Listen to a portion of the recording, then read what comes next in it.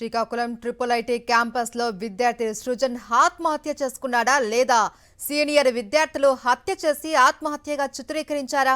Campus hostel గదిలో ఏం జరిగింది? ట్రిపుల్ ఐటీ క్యాంపస్ లో విద్యార్థుల వరుస మరణాలకు గల కారణం ఏంటి? కూటమి పాలనలో విద్యారంగం అస్తవ్యస్తంగా తయారైంది. ఇటీవల జరుగుతున్న విద్యార్థుల మరణాలు, ఆత్మహత్యలు, ర్యాగింగ్ వార్తలు కూటమి పాలన అసమర్థతను తెలియజేస్తున్నాయి.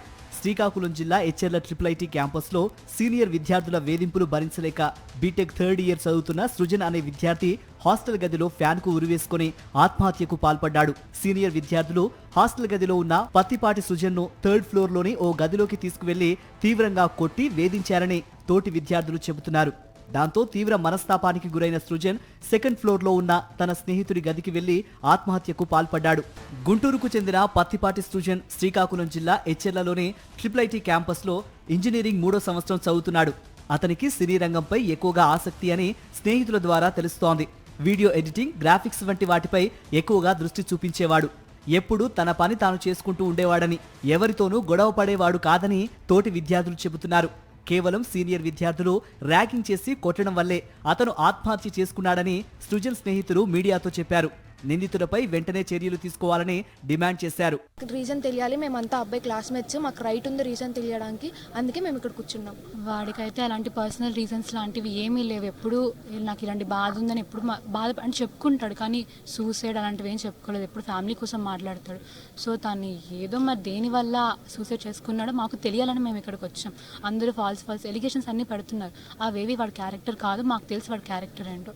సో అది కాదు అని మేము చెప్పడానికి వచ్చాము. జస్టిస్ మాకు తెలియాలి. ఫైనల్ గా ఆన్సర్ ఏంటి, వాడు ఎందుకు చనిపోయిన రీజన్ మాకు తెలియాలి. సృజన్ ఆత్మహత్య చేసుకునేంత పిరికివాడు కాదని, సీనియర్ విద్యార్థులు కొట్టడంతోనే అక్కడికక్కడే చనిపోయాడని సృజన్ బంధువులు ఆరోపిస్తున్నారు.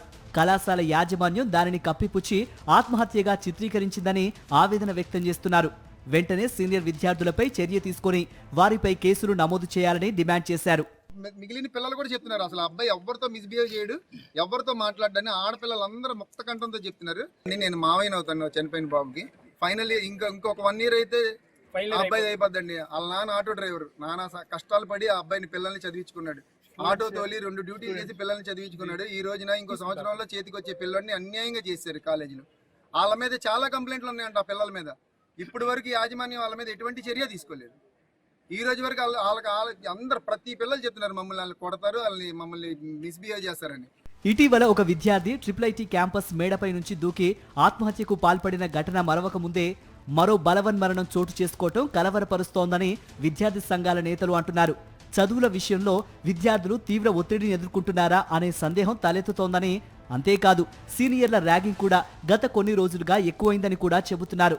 బాధిత విద్యార్థిపై దాడి చేసిన వారిని వెంటనే శిక్షించాలని, భవిష్యత్తులో ఇలాంటి ఘటనలు పునరావృతం కాకుండా ట్రిపుల్ ఐటీ యాజమాన్యం చర్యలు తీసుకోవాలని ఎస్ఎఫ్ఐ నాయకులు డిమాండ్ చేశారు. సృజన్పై దాడి చేసిన 8 మంది విద్యార్థులను అదుపులోకి తీసుకున్న పోలీసులు విచారిస్తున్నారు.